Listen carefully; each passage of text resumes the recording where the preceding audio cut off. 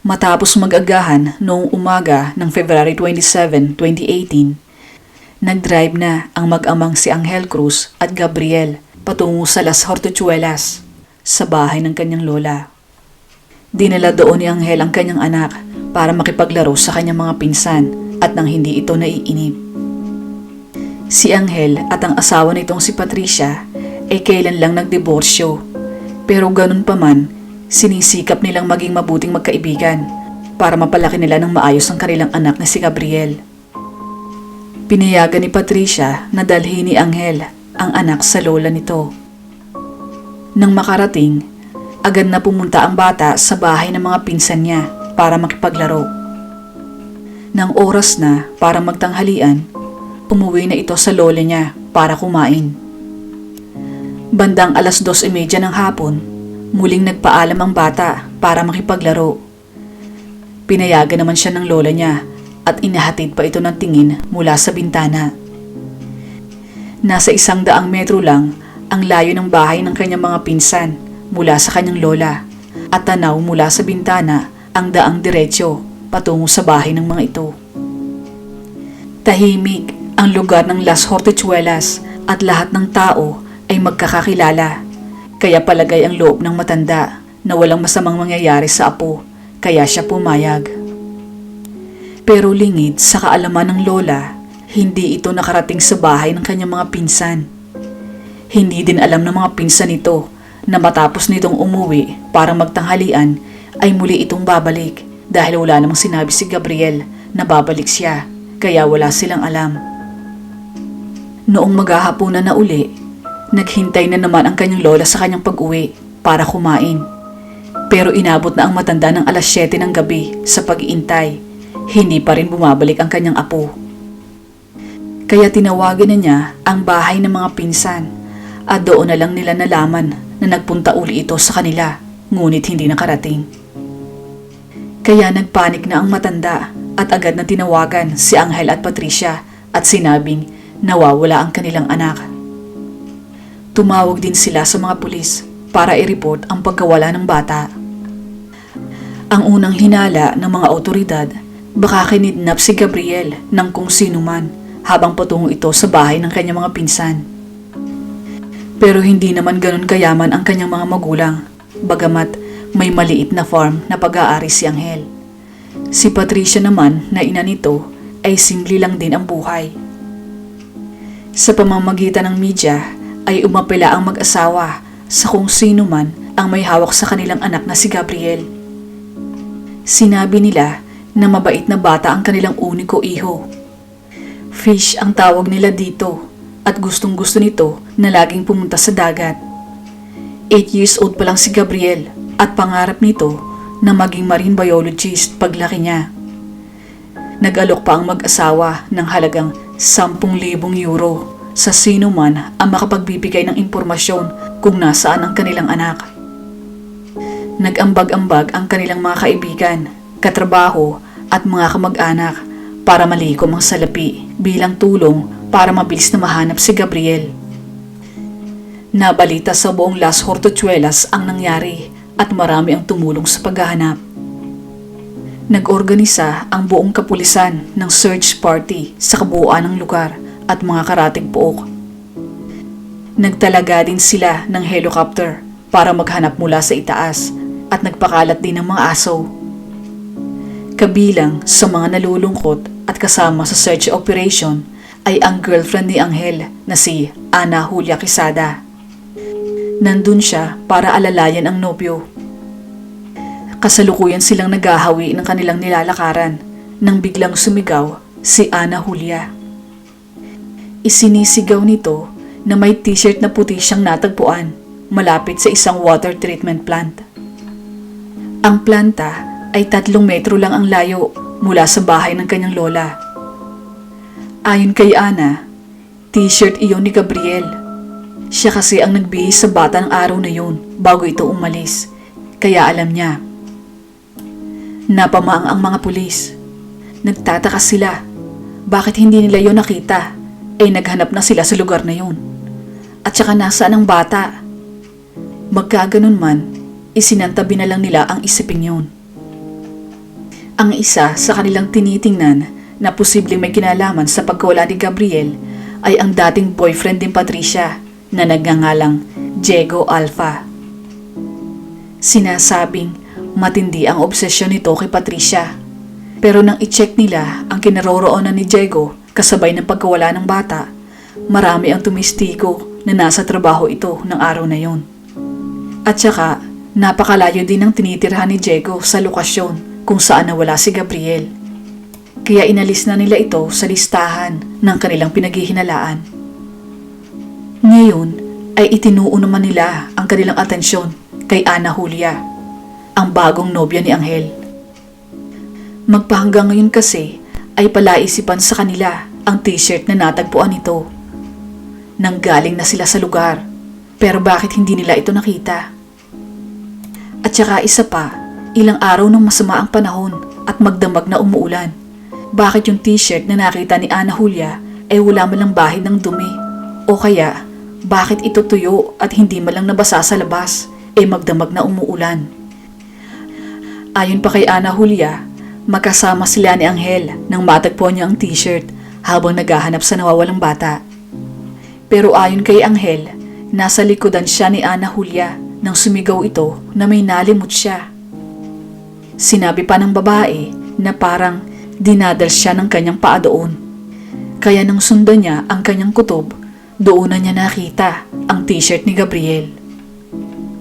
Bagamat nakatuon na kay Ana Julia ang atensyon ng mga pulis, hindi nila ito pinahalata.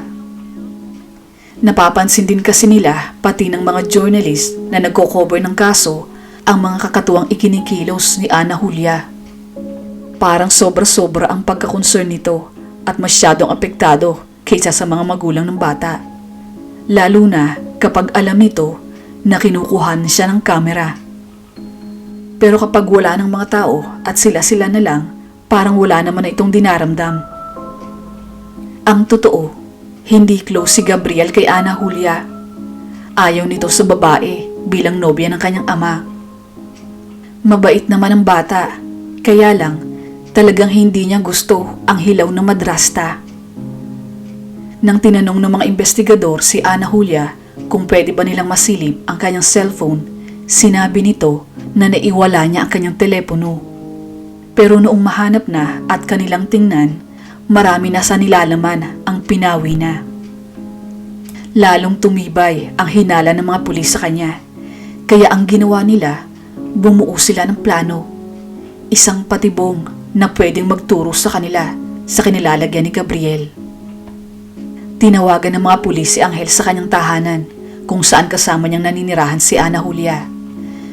Sinabi nila sa magnobyo na magkukondak sila ng search operation sa loob ng kanilang farm. Pumayag naman ang lalaki at ibinigay sa kanila ang susi ng property. Ngayon ay maghihintay na lamang sila sa kung ano ang gagawing aksyon ni Ana Julia.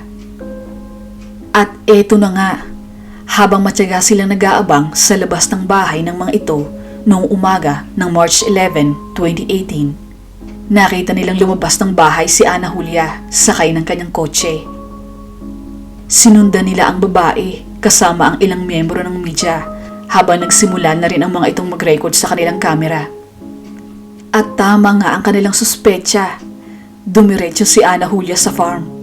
Nakita nila ang pagpasok nito sa gate ng property. Nang bumaba ng kanyang kotse, may dala itong isang blanket at naglakad patungo sa masukal na parte. Matyaga silang naghintay sa pagbalik ni Ana Julia, pero sa pagkakataong ito, may nakabalot na sa dala nitong blanket at ikinarga ito sa likod ng kanyang sasakyan. Dito na kumilos ang mga otoridad at nilapitan si Ana Julia. Nang bulat-lati nila ang laman ng blanket, nanlumo sila. Natagpuan na nila ang nawawalang bata, pero patay na ito. Hindi na nakapagmaang-maangan pa si Ana Julia at agad itong inaresto. Bago pa man gawin ang kanilang patibong, ipinaalam na ng mga pulis kay Angel ang kanilang duda sa kanyang nobya. Lumalabas na napapansin din nito ang mga kakatuwang ikinikilos ni Ana Julia at pati siya ay duda na rin. Kaya nakipagsabuatan siya sa mga pulis para mahuli ito sa akto. Hindi nito ipinahalata sa babae ang kanyang mga pagsususpetsya at kahit napakahirap matulog katabi ito ay talagang nagtiis si Angel, matuntun lamang ang kinilalagyan ng kanyang anak. Habang nasa istasyon ng pulis, kusa nang umamin si Ana Julia. Pero sinabi nito na hindi niya sinasadya ang nangyari. Ayon sa kanyang kwento, umaga noon nang masalubong niya si Gabriel sa daan habang patungo ito sa bahay ng kanyang mga pinsan. Sinabi niya sa bata na pupunta siya sa farm at may pipinturahan. Tinanong niya ang bata kung gusto nitong sumama sa kanya. Babalik din sila agad, pangako niya. Tumango ito at sumakay na sa sasakyan. Pero nang makarating na sila sa farm, nagkaroon sila ng pagtatalo at dinampot ng bata ang isang maliit na palakol at isinisigaw sa mukha niya na galit ako sa'yo. Natakot siya sa ginawa ng bata at agad na inago sa kamay nito ang hawak. Pero patuloy ang bata sa pagwawala at sinabi pa sa kanya na ayaw niya dito para sa kanyang ama. Para kontrolin ang nagwawalang bata, tinakpan niya ng kanyang kamay ang bibig nito, pati ang ilong. Hanggang sa hindi na ito kumikilos at tuluyan ng binawian ng buhay. Hinubad niya ang t-shirt na suot ni Gabriel bago binaon ng bata sa isang mababaw na hukay. Bagamat sinabi ni Ana Julia na ganun lang ang ginawa niya sa bata, iba naman ang lumalabas sa autopsy report. Ayon sa naging findings ng coroner, may tama ng matigas na bagay sa parteng ulo ng labi at may indikasyon na sakal din ang bata. Hinihinalang pagsiselos at dahil sa pera ang motibo ni Ana Julia kung bakit nagawa ang krimen.